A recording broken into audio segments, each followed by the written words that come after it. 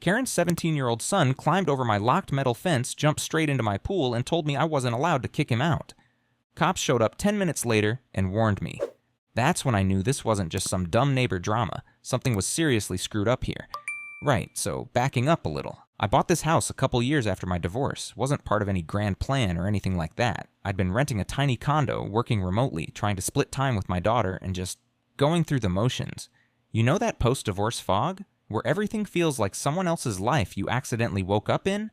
Yeah, that was me for a while. But then I saw this place, kind of a fixer-upper, tucked in at the edge of this quiet neighborhood outside of town. Big trees, nice yard, no neighbors breathing down your neck. It was just far enough outside the HOA boundary line, too. That part was important. I'd already heard my share of horror stories about HOAs turning into little dictatorships, and I wasn't about to deal with any of that. Agent confirmed it. County assessor confirmed it. I even called the HOA's number just to be sure. They said, "Nope, you're outside our zone." Perfect. I poured everything I had into making it mine. Weekends were spent tearing up cracked concrete, reseeding dead grass, repainting the place with my own hands. It wasn't fancy, but it was mine. Felt like the first real thing I'd done for me in a long time. Then I decided to build the pool.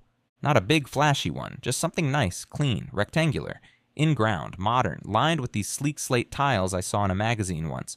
I probably spent more time researching pool pumps and lighting setups than I did picking my college major. It wasn't cheap, but after the year I'd had, I needed it. It was more than a pool. It was my line in the sand, my peace, my control, my sanity.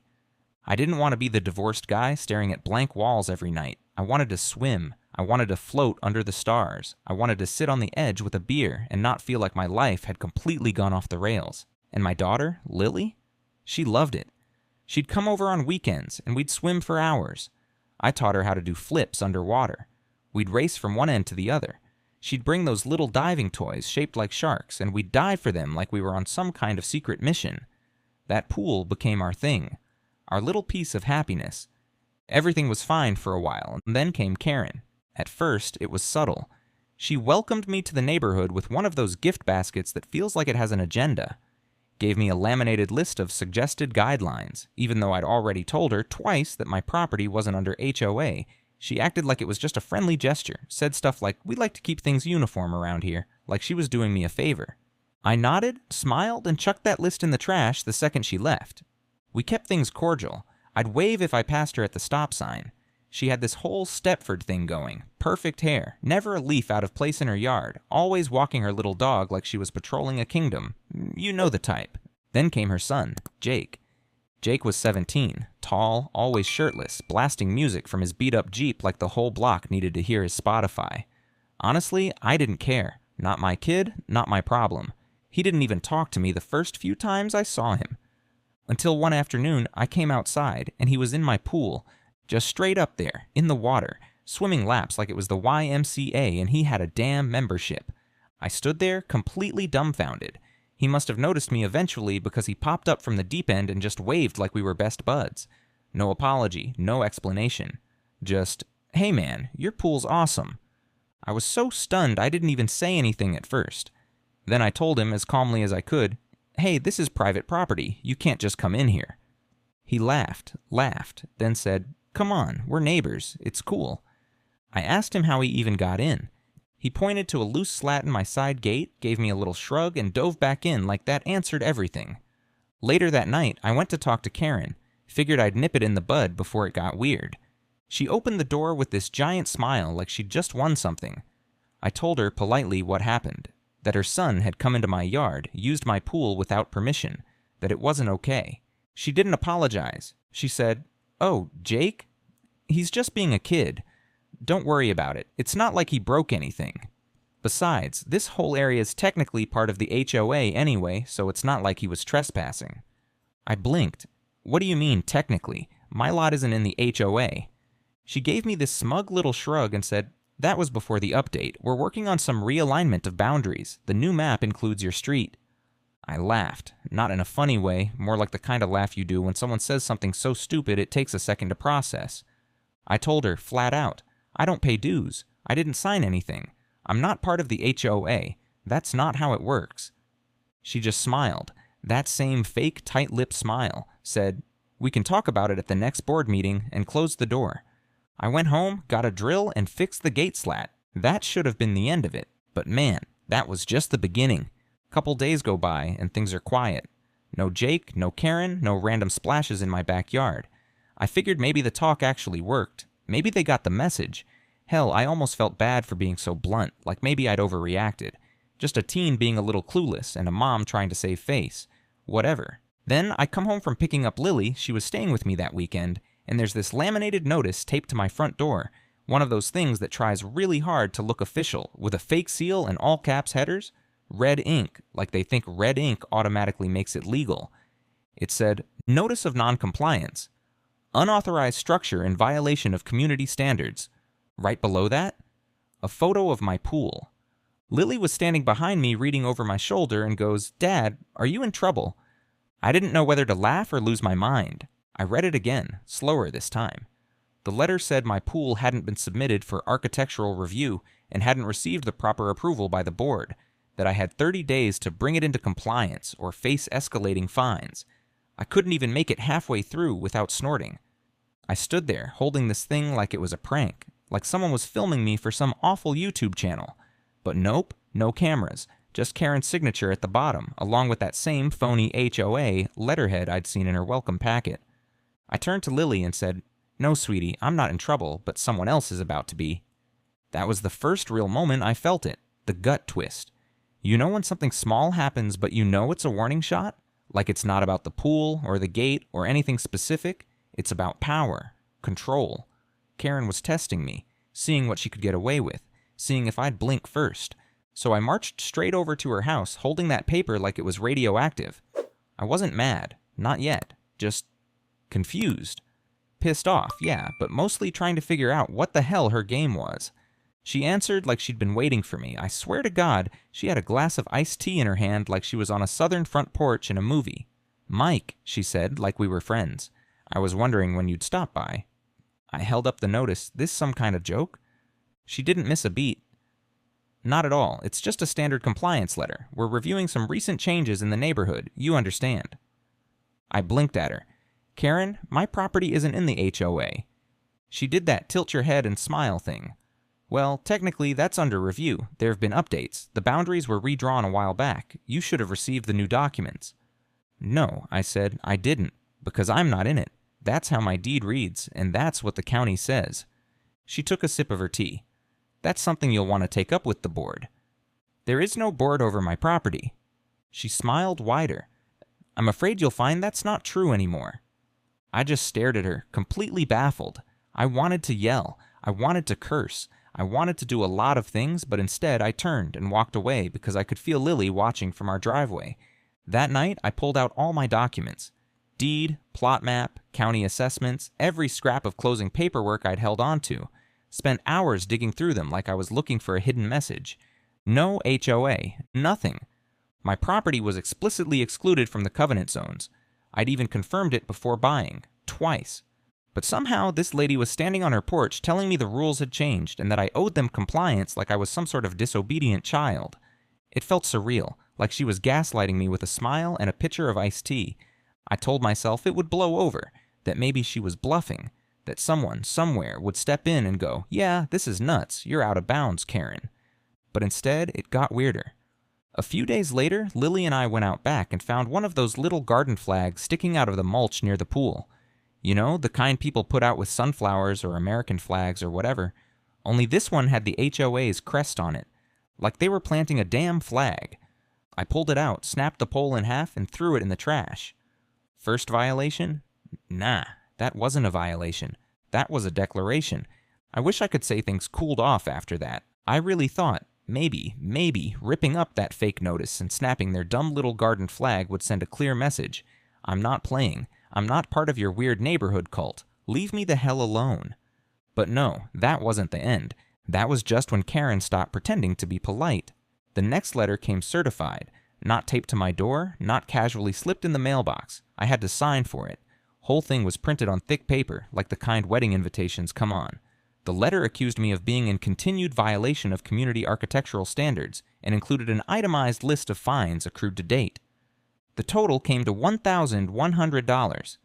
$1,100 for a pool she had no jurisdiction over. I laughed out loud reading it.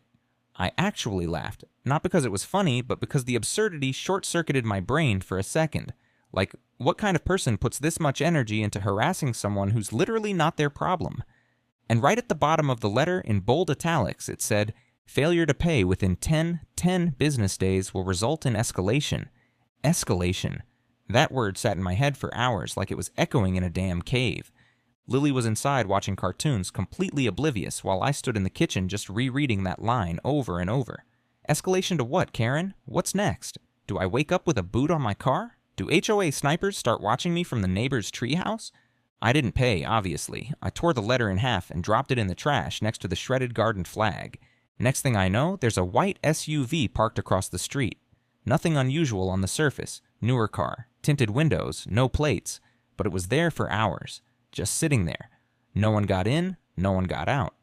After the third day in a row, I walked up to it with my phone out, ready to film. As soon as I crossed the street, it drove off. Didn't even try to make it subtle. That same week, I came home from the store and my irrigation system was torn up. Wires sticking out like spaghetti, sprinkler heads broken clean off. I walked around the side of the house and saw footprints in the dirt. Big ones. I wear a size 11 and these were larger. Coincidence? Sure, could have been some kid, a dog, the wind, whatever. But it didn't feel like coincidence. It felt like someone wanted to send a message. Then the water got shut off. Just like that, gone. I called the utility company thinking it was a billing screw-up. The woman on the phone was super nice, told me the shutoff was triggered by a code violation notice filed by the property's architectural board. I sat there holding the phone to my ear, blinking like an idiot. The who? The HOA, she said. It came through as an internal flag, something about unapproved infrastructure. I told her I wasn't in an HOA. She hesitated. Well, they sent documentation. We can't restore service until the violation is cleared. I almost threw the phone through the window. It took 2 days of back and forth calls, paperwork, and a literal fax of my deed to get my water turned back on. The guy who finally came out to fix it shook his head and said, "This isn't the first time I've seen this kind of thing. These HOAs get real creative." And every time I thought we'd hit rock bottom, Karen pulled out a damn shovel. She started showing up at my fence line when I was out back, just standing there, not saying anything, not even holding her dog. Sometimes she had her phone, pretending to take pictures of violations. One time I was in the pool with Lily and caught her filming us. I asked her what the hell she thought she was doing. She smiled and said, "Documenting noncompliance." Like she was a park ranger and I was a rogue bear. I installed cameras, I put up a real no trespassing sign. I reinforced the gate with a padlock and chain. I even called the non-emergency police line to report harassment. The officer I spoke to was sympathetic, but basically told me unless she actually entered the property or damaged something, there wasn't much they could do. I was stuck. Stuck in my own damn house, walking on eggshells, waiting for the next letter, the next false fine, the next threat, and it was starting to eat away at me. I stopped sleeping. I stopped swimming. I even stopped bringing Lily over because every time I looked into her face, I saw the tension in mine reflecting back. She didn't say anything, but she knew. Kids always know. One time she asked, real quiet, "Dad, why does that lady hate you so much?" I didn't have an answer. And the worst part? No one around me seemed to care. The other neighbors, nice enough people, waved when they saw me, just kept their heads down. They didn't want to get involved. Karen had been there for years. She was on every board, organized every block party, ran every holiday decoration contest like it was the freaking Olympics. She had power. Not real power, but enough. Enough to scare people into silence. Enough to make them doubt me. And little by little, I started to doubt myself, too. Was I overreacting? Was I missing something? Was there some clause I missed in the paperwork? Some ancient community covenant no one told me about? Then came the last straw. I got home from work and there was a notice hanging on the gate, bright orange this time, flapping in the breeze. Final warning, non-payment and non-compliance.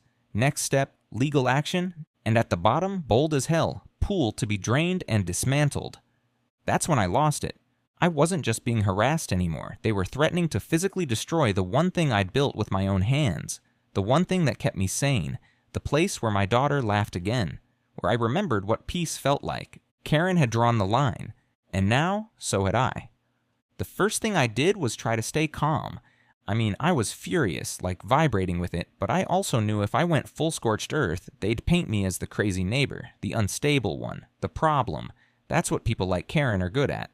They poke and poke and poke, and the second you snap, you're the one who looks unhinged. So I did what any normal person would do. I tried to play it straight. Get the facts, handle it the right way. First stop, my real estate agent. She still worked with the same brokerage, so I gave her a call, explained the whole nightmare, from the fake fines to the threat about dismantling my pool. She sounded completely shocked, told me she'd pull up the file from when I bought the house and get back to me. A couple days later, she emailed me a PDF of the original title documents, highlighted the sections showing my lot as outside of any HOA jurisdiction, and even included a line from the original disclosure that said, "Buyer acknowledges this property is not governed by a homeowners association." Crystal clear. So I printed it all out, stapled it like a little report, and marched it over to Karen's place, knocked on her door. She didn't even pretend to be surprised to see me. "I brought documentation," I said, holding up the stapled packet like it was a damn restraining order. She took it like she was humoring a toddler showing her a crayon drawing, flipped through it without reading, smirked. "This doesn't reflect the updated covenant language," she said. "What update?" I asked. "Show me the documents. Show me where my name or my lot number appears in anything new." She smiled. Not a friendly smile, the kind that makes you want to check your tires later. "You'll need to request that through the board." "I'm not in the board's jurisdiction," I said, louder now. "This is harassment. You know that, right?" She stepped back into the doorway like she was afraid I might lunge at her even though I hadn't moved an inch. "Mike," she said sweetly, "you're escalating this. We could have worked this out amicably, but now it's out of my hands." And then she closed the door in my face. I stood there for a second, then walked home, dropped the packet on my kitchen table, and poured myself a drink. Next, I called a lawyer, found a guy named Ruben in the next town over who specialized in real estate and HOA disputes. He sounded old school, calm voice, no nonsense. I explained everything to him over the phone, sent him the same documents. He called me back the next day. "You're right," he said. "You're absolutely right." I exhaled for the first time in weeks. "But," he added, "you're also in a mess. Turns out, even if you're clearly not part of an HOA, if they file fake claims and push hard enough, undoing that damage takes time. You can sue them, yeah, but it's expensive.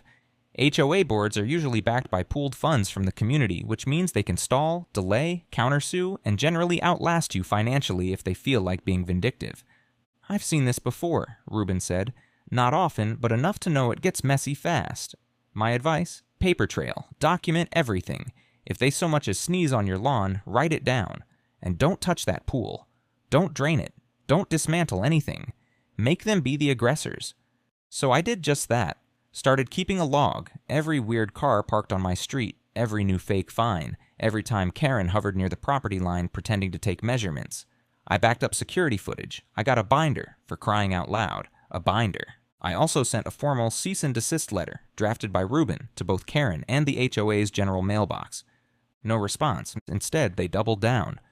New notices arrived claiming my fence violated line-of-sight regulations. Then came a claim that my front yard lacked appropriate landscaping harmony with community standards. They literally sent me a printout of shrubs they recommended I plant. I wish I was kidding. I called the city. Figured maybe someone there could officially confirm my exemption. The woman at the county recorder's office was nice enough, and she did verify that my lot number was excluded from the HOA's governing documents on file. Then I asked if there was anything I could do, officially, to get Karen to back off.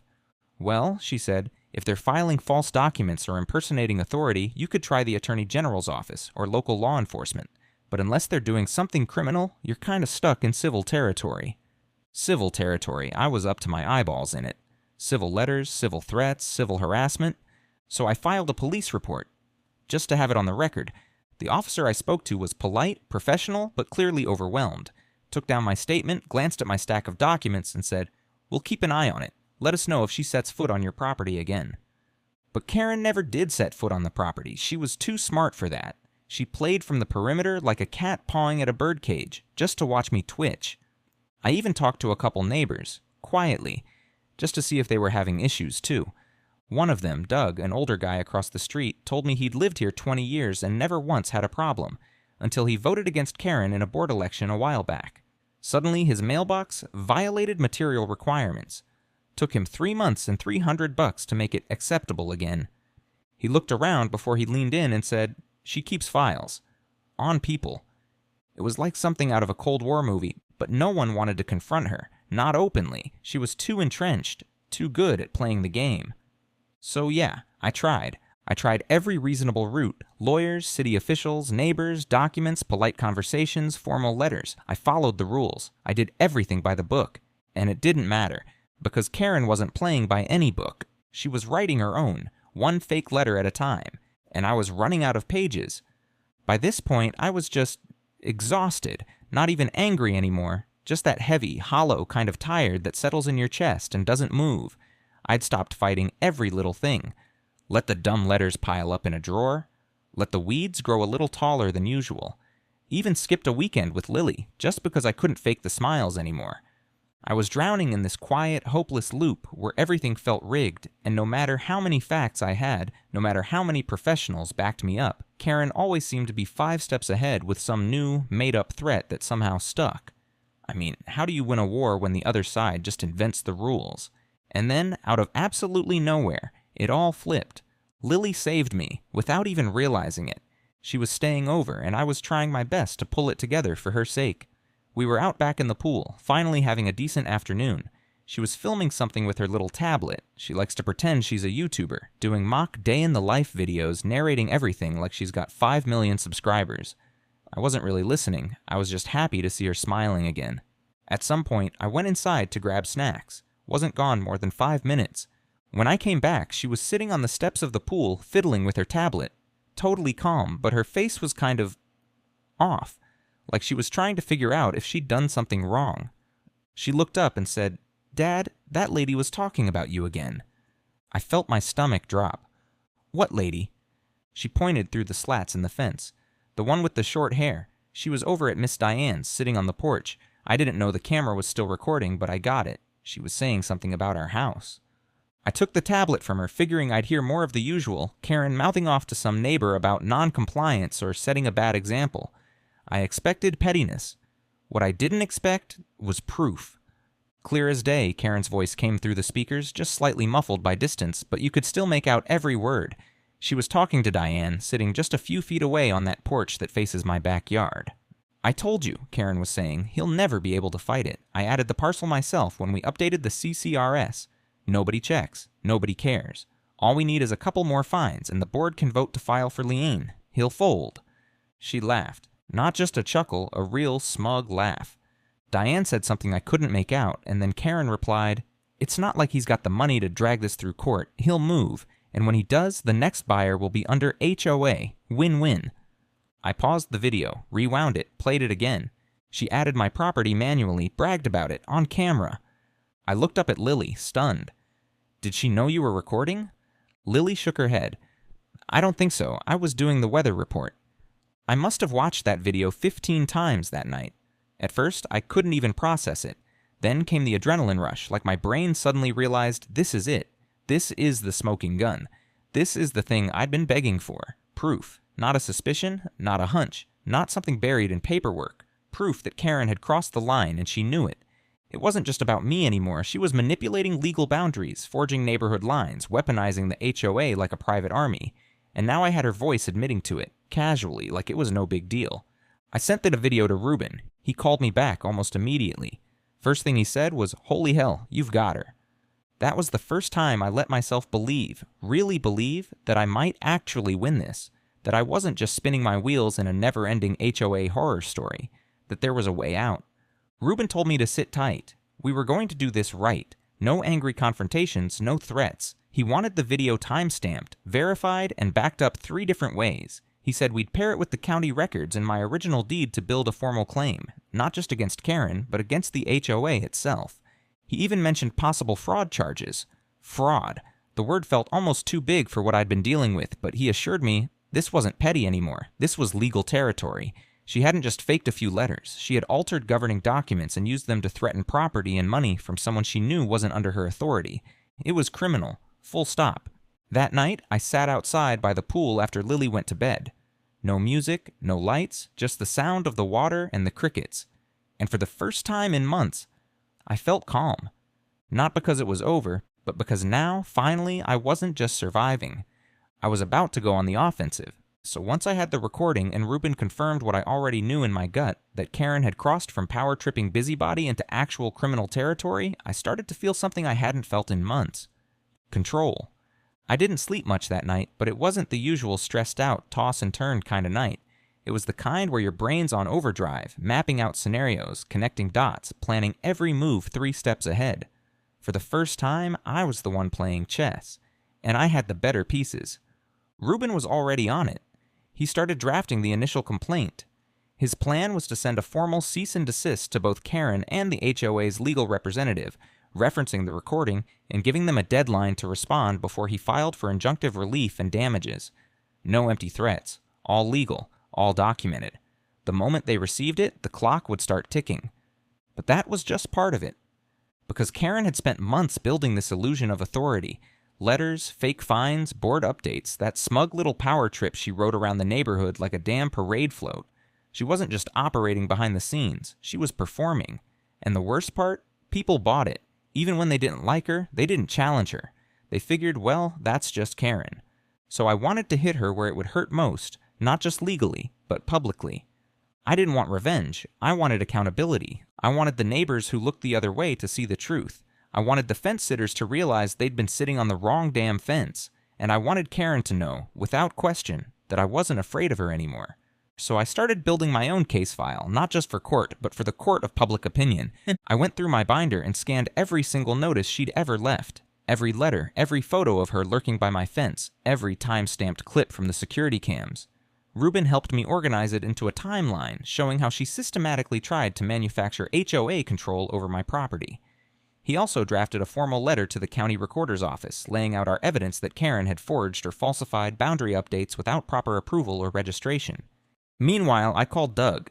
He was the one neighbor who had quietly warned me about Karen's files. He wasn't a fan of confrontation, but I told him what I had. I even let him hear the recording.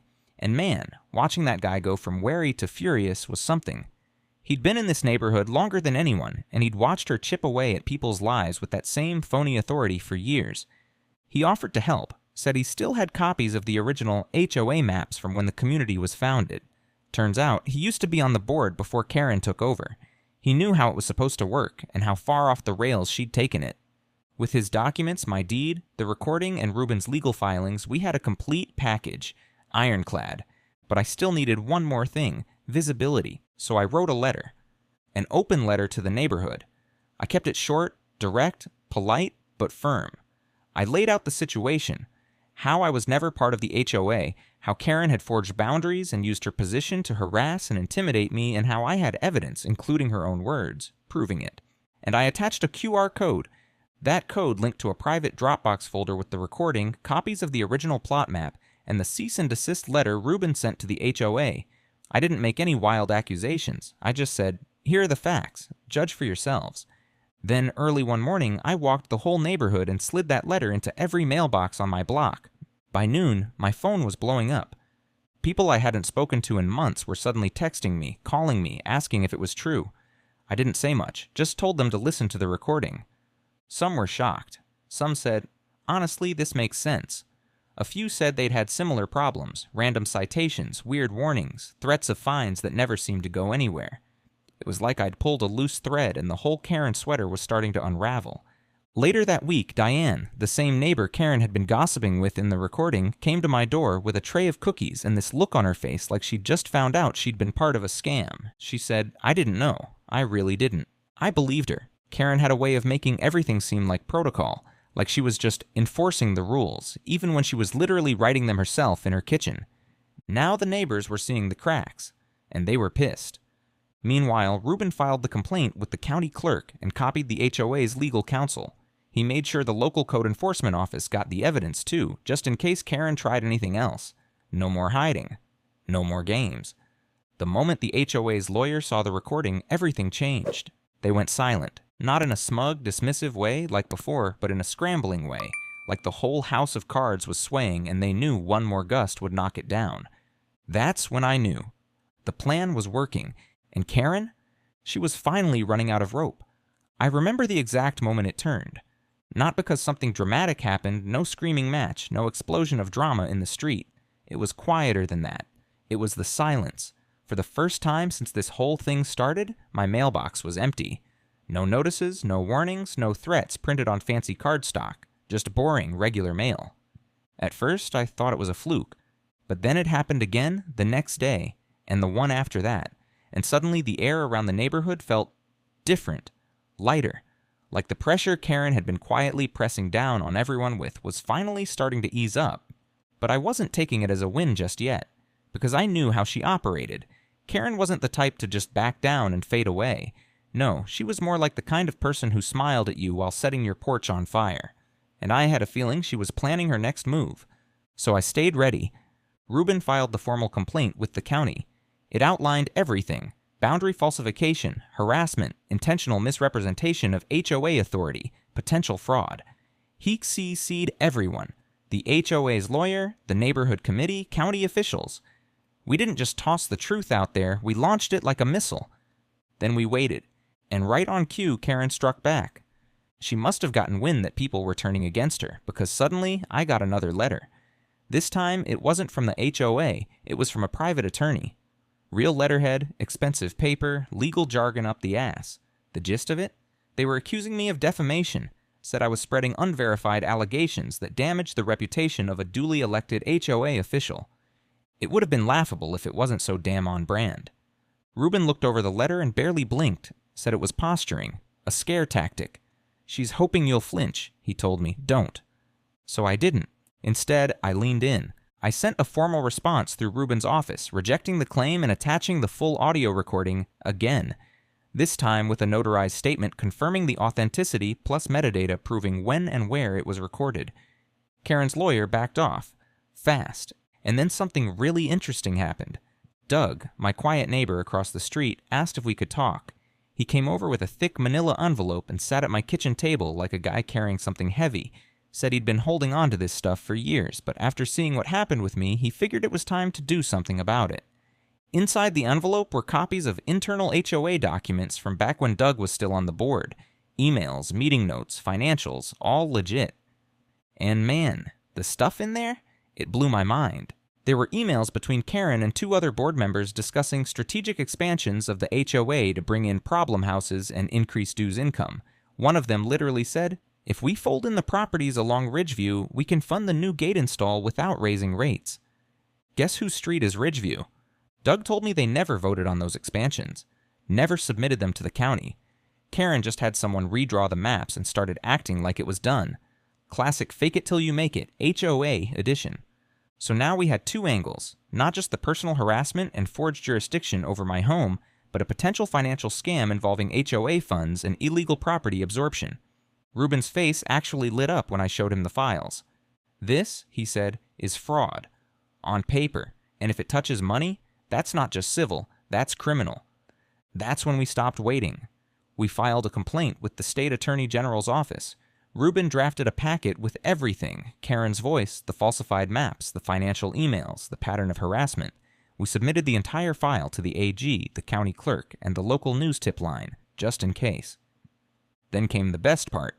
Ruben requested an emergency injunction, filed a petition asking the court to formally bar the HOA from any further contact with me, and to block Karen specifically from acting in any official capacity until the investigation was complete. The court granted it. Karen was served papers on her front lawn, in broad daylight. I didn't see it happen, but Doug did. Said she looked like someone had just handed her a dead skunk. And just like that, the silence broke. But this time, not against me. Neighbors started talking. Loudly. People were pissed. Not just about me, but about the fines they'd paid, the citations they got for non-matching garage lights, the stupid parking rules Karen enforced like she was running a military base. Once people realized she'd been making things up, everything she'd done got dragged into the spotlight. The HOA scrambled. They tried to save face, saying they were cooperating with the investigation and reviewing all actions taken under current leadership. But it was too late. The power dynamic had flipped. I wasn't the one being watched anymore, Karen was. And suddenly, all that fake authority she'd built up, it collapsed like a house of cards in a hurricane. The best part? She knew it. You could see it in her eyes every time she had to walk her yappy little dog past my driveway. She didn't look smug anymore. She didn't even look mad. She looked scared. It all came to a head at the next HOA meeting. Now keep in mind, I'd never been to one before, never had a reason. I wasn't part of the HOA, remember? But this one, oh, I was invited, formally. They slid the invitation under my door like it was the Oscars. Big bold letters, special community session, mandatory attendance, encouraged. I almost laughed. I didn't RSVP, I just showed up. Doug went with me, so did 2 other neighbors who just a month earlier barely made eye contact. But now? Now they nodded at me like I wasn't the enemy anymore, like I was the guy who'd stood up when no one else would. The meeting was held in the little community clubhouse near the entrance of the neighborhood. Usually about 6 people showed up to those things. That night, packed, standing room only, folding chairs jammed against the walls. Someone even brought popcorn. I swear to God. Karen walked in like it was business as usual, hair perfectly sprayed into submission, manila folder under her arm, fake smile plastered across her face. She gave a tight little nod to a few loyalists in the front row, then took her seat at the head of the table like nothing had changed. But everything had changed. First crack in her armor came when the HOA's own attorney, some poor guy who looked like he hadn't slept in a week, stood up and read a prepared statement. Basically said the board was temporarily restructured, pending an active investigation, and that previous administrative actions taken by the former board president were under legal review. That former board president? Karen. She sat there frozen, hand on her folder, eyes locked forward like she could mentally will the words to stop coming out of his mouth. Then Reuben stood up. He wasn't loud. He didn't grandstand. He just laid it all out, calm, methodical, like he was explaining the weather. Karen's voice, on tape, admitting she added my property to HOA records illegally. Her attempt to impose fines on a non-member, the forged boundary maps, the scheme to expand the HOA's reach and dues base without member consent, the threat to dismantle my pool, the financial emails, the retaliation tactics, every single thing. He passed out copies of everything to the room, the audio transcript, the real property maps, the county recorder's letter confirming my lot was never part of the HOA, and best of all, the injunction. The legal paperwork showing Karen was now barred from acting on behalf of the board in any capacity. I didn't say a word. I didn't need to. The room went dead silent except for the sound of pages turning. People started whispering. A few stood up and left. One guy up front, I think his name was Peter, flat out said, "I paid $300 last year for a decorative harmony fine." His voice cracked when he said it, not out of anger, but because he realized he'd been played. Then someone from the back said, "She made me take down my Halloween lights." In September. And just like that, it snowballed. One by one, people started airing their grievances. Citations, fines, warnings, veiled threats. Everyone had a Karen story. She'd been running the place like her own little kingdom, and no one questioned it, until now. Until there was proof. She didn't say anything. Not one word. Didn't argue. Didn't deny. Didn't even try to spin it. Just sat there blinking, mouth slightly open like someone had unplugged her. And then the HOA attorney dropped the final bomb. He announced that the board, under the advice of counsel, had formally voted to remove Karen Mills as president of the HOA, effective immediately pending further investigation. He said a special audit was being conducted into all fines, assessments, and expenditures during her term. All current enforcement actions were frozen. Oh, and one more thing. Karen was under formal criminal investigation for falsifying HOA records, unauthorized use of funds, and unlawful interference with private property. That last part? That one got applause. I didn't join in, but not because I didn't feel it. I was just too stunned. I had gotten so used to the feeling of being under something, under threat, under pressure, under her thumb, that I didn't quite know how to react to the weight being lifted. After the meeting, people came up to me, shook my hand, said thank you, said they were sorry. One older woman gave me a hug and said, "You saved the neighborhood." That one hit me in the gut a little. Doug leaned over as we walked out and said, "You should run for the board." I laughed so hard I almost tripped on the curb. I wasn't trying to be a hero. I was just trying to protect my home, my daughter, my damn peace. But somehow, in the process of doing that, I'd ripped the mask off the bully no one else wanted to confront. And for the first time since all this started, I walked back into my house, shut the door, and didn't feel like I had to look over my shoulder.